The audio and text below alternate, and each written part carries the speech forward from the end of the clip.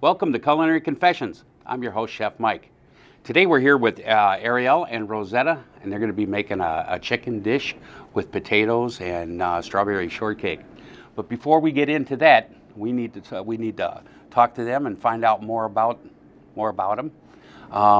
Tell me what school you go to and what year you're in and all that kind of stuff. I go to Point Huron Northern High School, and I'm a junior. And your name? Rosetta Navoni. I'm Ariel Steinhauer. I also go to Port Huron Northern, and I am also a junior. Okay, so you're going to be with us again next year? Yep. How did you get started in cooking? I mean, how did you get started? How did you hear about tech and get started with cooking? Well, I heard about tech from the counselors who come to our school and talk to a bit about it. And my dad's been cooking like ever since I was little, so I just like adapted it from him. So you like the way he cooks at home, and yeah. you said, okay, this sounds like fun. Mm-hmm. Okay. Well, Ariel? I learned about this just from some other friends that were going into different programs, and I've always liked to help cook when I was little, so I wanted to learn a little bit more. So you do cook at home? Yeah, I like to cook at home. I try any chance I get. What do you make? Sometimes I'll try to make a soup, or I'll make pulled pork with my stepdad, or salad, stuff like that. What's your favorite dish to make? Pulled pork. Pulled pork? Yeah. How about you? I don't really have a favorite dish to make. I just like cooking everything. You cook, new. But you cook at home? Mm-hmm. And what do you make? Pretty much everything my grandma tells me to make that day, or I'll just make something up. So do you help with the menu for dinner? Mm-hmm. Okay. Well, that's good. Who influenced you to actually start cooking? Do you have a favorite chef or something like that said, okay, you need to get your hands dirty and like your grandma? Did she influence you to cook in any way? Kinda. She cooked a little bit when I was younger, but if it's like family, it's mostly my dad helped me get into cooking. And yourself? For me, I would say that a lot of the people that do cook in my family, I just kind of, each time I saw them cook, it made me want to cook more, so I guess a lot of people. So you have fun in the kitchen? Yes.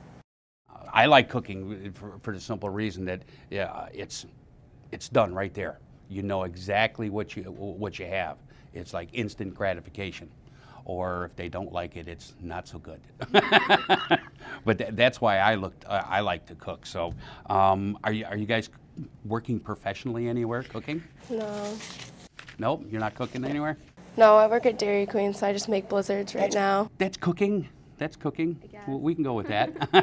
How about you? Well, at the Red Pepper where I work, I don't cook, but sometimes like I'll make myself something, like, so I guess I kind of do. Okay. What do you do at Peppers? I waitress, and sometimes I'm a host. Okay. How's the food out there? I think it's really good. I never get sick of it, and I've worked there for a while because they have a lot of different stuff to choose from. Yeah, we're just trying to get a plug in for all the local restaurants here also. So, and Dairy Queen, where exactly is the Dairy Queen that you work? At the North End in Fort Gratiot. Okay. And is there any secret to this blizzard thing? You know, I see a lot of commercials on TV and stuff like that about the blizzard. Is there anything I should really know about it? Not really. How does working here at Tech in our kitchen back here compare to working out in the world at Peppers or at Dairy Queen? It helps with like knowing like what you're supposed to do and like get you like on speed and on task, and with sanitation, like I know what to do, so they didn't have to like tell me everything. Yeah, with the sanitation, like I now know like what you should wear gloves for, what you shouldn't, how much, like what degree to cook food to. Like it just helps a lot. Well, I'm glad to say that since you've been in my class here, that you did take the state sanitation test, and you both passed. So you both have your cards and can be a kitchen manager someplace when it comes to you know, who's in charge of the kitchen and people knowing anything. That's a big bonus especially when you go in and for job interviews and stuff like that, and they say, well, you obviously went to school and you learned something. So what are you planning on doing after high school? Okay, I know you got a whole nother year to go, so we'll probably see you doing Culinary Confessions again next year, but what are you going to do after high school? Well, I'm going to start college next year, so I'll already be getting into what I want to do, and I'm not quite sure yet if I want to keep going in culinary or into something else, but I'm thinking I'm going to lean towards that at least, and at least it's going to help me in the future. Towards the management end of culinary, or towards the cooking part of it? I would say towards the cooking part if I did that, because I enjoy cooking. So. How about you, Rosetta? I want to go on and go to a culinary college, and for right now I just want to like work under someone just so I can cook, but maybe later on I might want to like manage it or own my own restaurant. Or What kind of restaurant would you like to own? like a fancy one. Like a real fancy one, like a resort or something like that? That lofty goals there. That's it. It's like an expensive field. So I'm going to ask you now, who's your favorite chef? Do you guys watch the TV, the Food Network or anything like that? Yeah, I think Gilda at home is my favorite chef because she's Italian and I'm Italian, and like a lot of her food just looks really good. How about you? I don't really have a favorite. I mean, I try to watch it once in a while, but I just, whenever whoever is on, I just like to watch them, so. You know, I always hope that somebody's going to come up and say, chef, you're my favorite chef. Did you ever think about being a TV chef? No. No? Well, you're going to try it out today, aren't you? Okay. What are we making today? I'm going to start with making the oven brown potatoes, and it just has some seasonings on that. And then Rosetta's going to do some dry rub chicken, and then we're going to make some steamed asparagus and some strawberry shortcake. This sounds wonderful. Where did this recipe come from? Some of it came from here that I learned, and then some we just decided to do because it sounded pretty good. Pretty good, and it's getting warmer out and stuff like that. So, well, it sounds like a good it sounds like it's going to be a good segment. It sounds good to me. Let's right after the break, let's get started. All right. So we'll see you after the break, and we'll get started in the kitchen.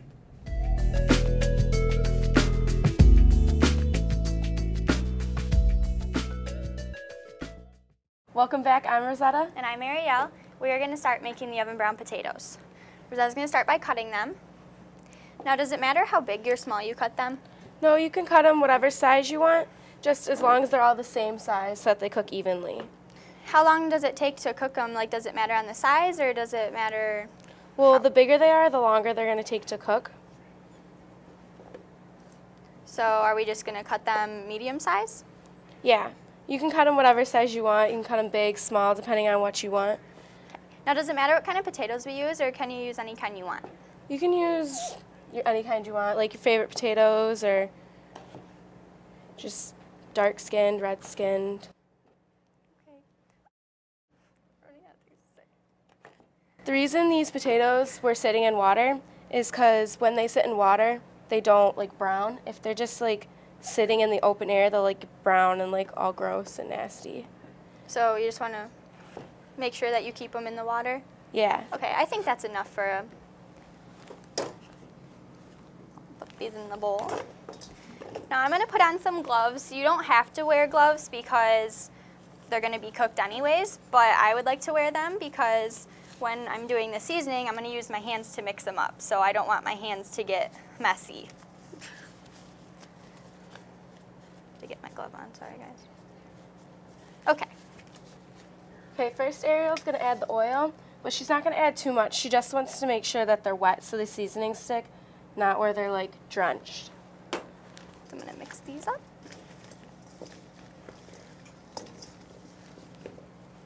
Now she's gonna add a few tablespoons of Lowry seasoning salt, some paprika, granulated garlic, and pepper. You can add however much seasonings you want. It's pretty much just to taste what you like most. All right.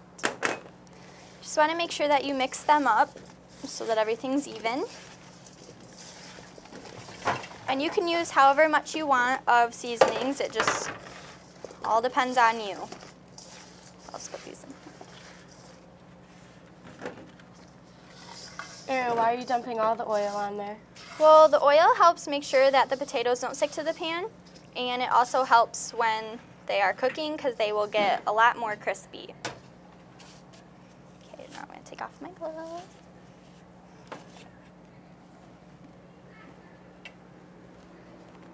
How long are you going to cook those for, Ariel? You want to cook them for about 20 minutes to a half an hour, just so that they get crispy. All depends on how long you want them cooked and how brown you want them. Okay, we just finished our potatoes. Now we're going to go to a break, and when we come back, we're going to start the dry rub for our chicken.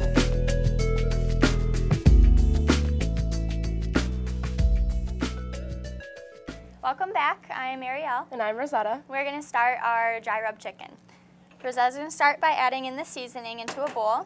She's going to add some paprika, some Lowry salt, some cayenne pepper, some brown sugar, some garlic, and some salt. And she's going to, you can add kind of however much you want for this too. If you want some more garlic in there, add some more garlic. You just got to make sure that you mix up all the seasonings pretty good so it goes on every piece of chicken. Now, after she mixes it, she's going to start by putting the chicken into the bowl. But first, Ariel's going to take the oil, and she's going to put some on the pan so that our chicken doesn't stick. Does it matter how much oil I put on? No, not really, just a little bit so it doesn't stick. All right.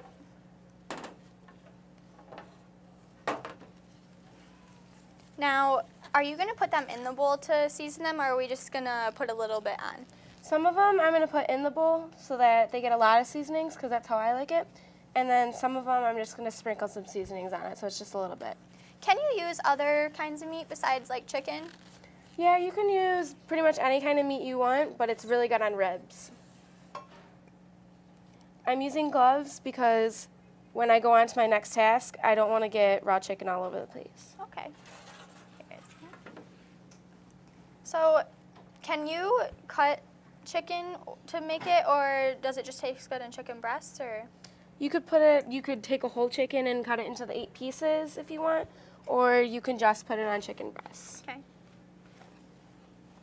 So, when I'm cooking the chicken, does it have to reach a certain temperature, or? Yes, the internal temperature should reach 165. Okay. How long do you want me to put them in for? About 45 minutes. Okay.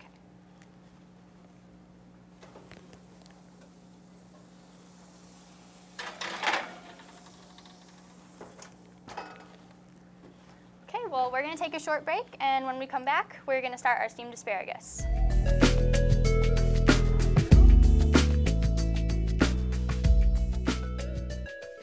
Welcome back. I'm Rosetta. And I'm Ariel. I'm going to start by cleaning off the counter. Why are you cleaning off the counter? Well, we just used some raw chicken, and some of it could have gotten on the counter, so you just want to make sure that you don't cross-contaminate, and it'll get people sick, so we just want to make sure it's nice and clean.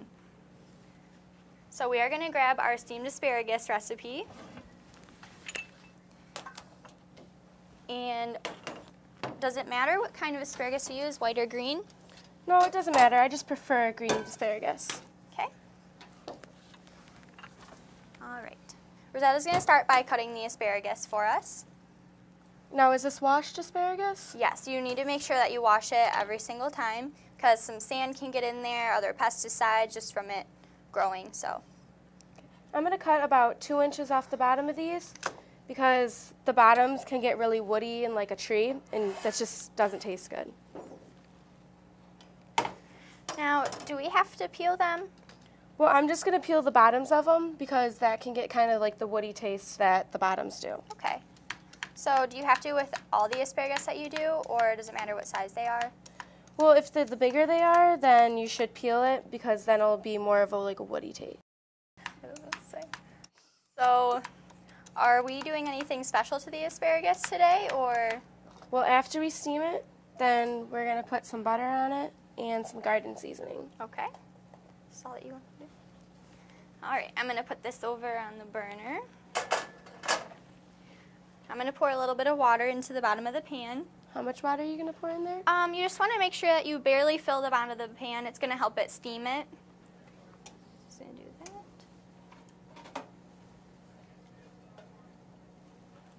You should put this lid on it so that they can just steam up.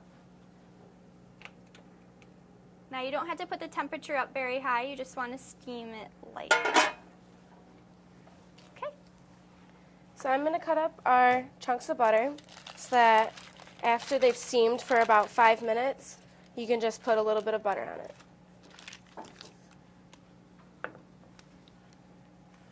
Well, we are going to take a short break while the asparagus is steaming, and when we come back, we will finish that and start our dessert.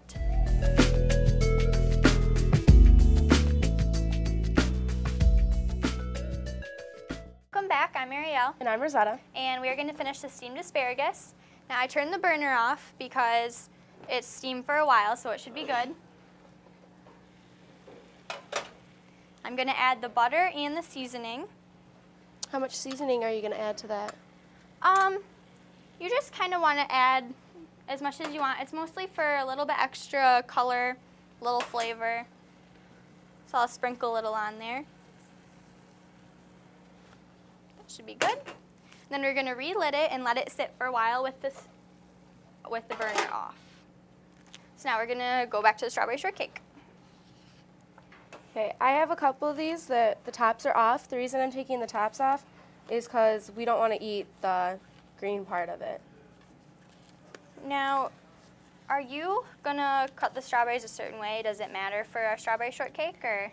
No, it doesn't really matter. I'm just going to cut them where they're about bite size because they'll shrink a little bit when we set it overnight. Okay. And are we using any special ingredients? We're using some lime juice, sugar, and grenadine. What's grenadine? It's like a pomegranate juice. Okay. Does it just add a little bit more flavor? Yeah. Okay. How much sugar do you need to add? Just a little bit to taste, like to cover the tops, and then you're going to mix it in. Okay. Do you want me to add those into the bowl? Yeah, here's the bowl. Why are you wearing gloves? Well, we're not cooking the strawberries, and they're just going right onto the cake, so we don't want to touch the food with our bare hands. I think that's enough strawberries. Add them in there. Now we're going to add a little sugar.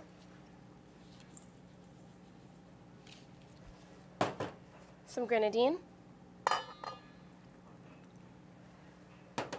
And some lime juice. This will just like bring out the flavors and everything. Do you need a lot of that? No, just a little bit of everything. Then we're going to mix these up. While she's mixing that, it's important that you know that we need to put these in the refrigerator overnight because they need to macerate, and that helps bring out the juices and gets it very syrupy. That's what you get when you make stuff like that. So she's going to cut the pound cake. Let me wipe off my cutting board because this wheat has strawberries all over it. I don't want to get it all over my cake.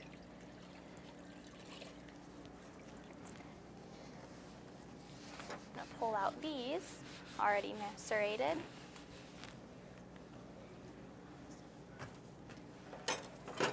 While she's cutting that, I'm going to use a serrated knife because it's easier to cut bread or cake with a serrated knife. and do we have to use a pound cake, or is there any healthier way of making this, or? You don't have to use the pound cake. You can use biscuits or just like a regular cake or anything else.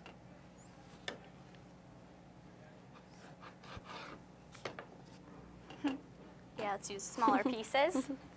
All right, I'm gonna put the strawberries on there. Can I have the spoon, please? How much strawberries are you going to put on there?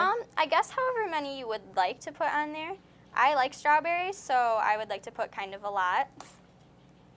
And however much juice you would like as well. They smell good. Do you have the frosting? Yep, I have whipped topping here that I'm just going to put on top.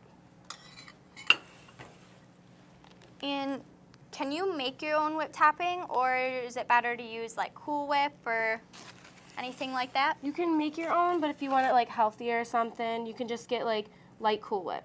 Okay. And there's our strawberry shortcake. Well, we're going to take a break, and when we come back, we will show you our finished product.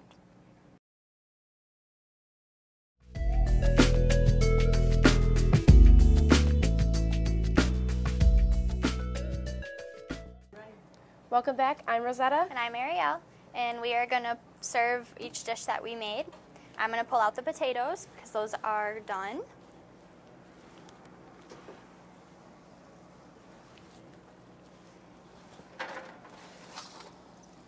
They look good. Those look amazing.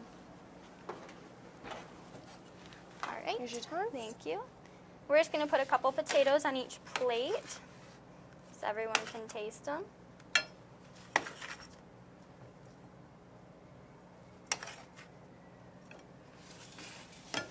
Do you want to do that one while I grab the chicken?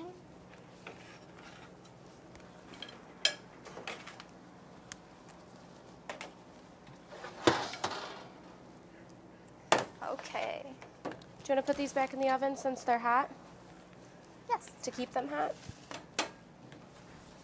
Here's that for you.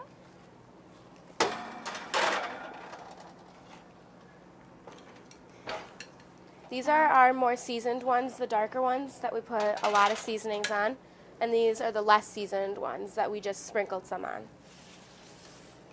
Now, why are you wearing gloves? Because these are already cooked food, so they're not going to be like getting hot to get rid of the contaminants or anything. Okay. So I don't want to get anything that's on my hands on them or anything. All right. And we'll just put a couple of asparagus on here. Now, for the gloves, are you supposed to wear them when you're serving food, or is it just for you so you don't get your hands on it? Yeah, when you're serving food, you want to wear gloves because you don't want to like touch their food on accident or like get stuff on their food because they're eating it. Okay. Well, this is our finished product, so when we come back, we will go get Chef and we will talk about what we made.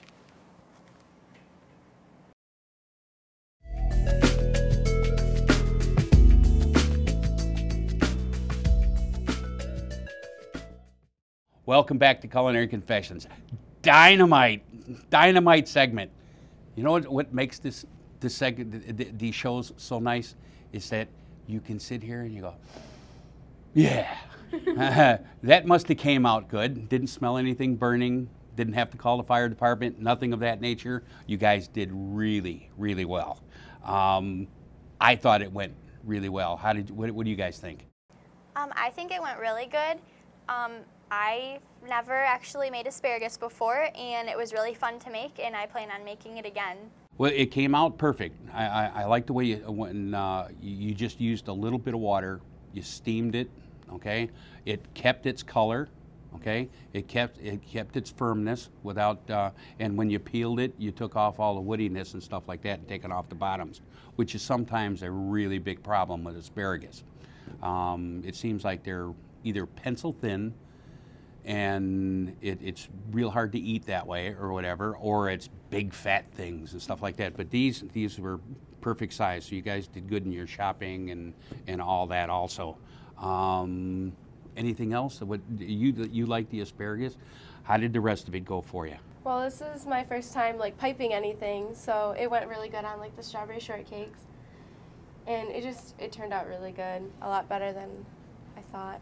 Would you do anything different with this meal than what you have right here? Would you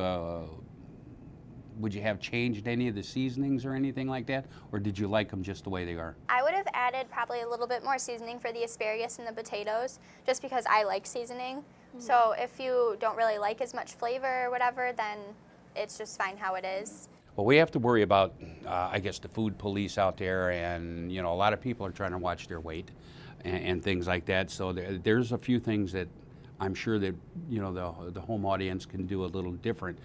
Did you have any suggestions on maybe making this particular meal a little healthier? Well, with the asparagus, you don't really have to add any butter or anything. Mm-hmm. It tastes really good just by himself, so you could just not add the butter and just have plain asparagus. For the strawberry shortcake, you could just like buy like light Cool Whip or like something with like less calories and stuff to put on top. Well, they have a real, we could use yogurts also, mm-hmm. and for the top of strawberry shortcake, which will take some of the sugar out and even some of the whipped cream. I seen you put Rose's lime juice, so it wasn't real lime juice squeezed out of I think it was Rose's lime juice, which has some sugar and some acid in it. and some grenadine to macerate the strawberries. A way we could fix that a little bit, I guess, would be not put those sugary substances. We could use maybe a little bit of water or Diet 7-Up or something like that with some Splenda or something like that to macerate the strawberries overnight. So we shouldn't let everybody just go, well, I can't eat strawberry shortcake, so I'm on a big diet or something like that. But there's ways to at least help it out. You know, a smaller piece of cake and stuff like that. But this dinner, if you like to eat seasoned food and stuff like that, it's wonderful. Okay. I seen you peel the asparagus, like I said, and it came out wonderful. So, gonna make this at home? Definitely. Well, I know you guys write the menu for staff lunch here and stuff like that, so I'm sure that we're gonna see this on staff lunch soon. So, I appreciate you guys doing this. Thinking of coming back next year? Yeah. You're gonna do another video? Yes. You're gonna do another show? Yeah. What do you think you wanted to make next year? Just as a tease for the audience. Something really fancy or something like this? Maybe something a little fancier. Yeah, I That's put what you I on the was spot, thinking, didn't I? Sorry about that. Well, thanks for sharing this dinner with us. And thank you guys for sharing Culinary Confessions. I'm your host, Chef Mike.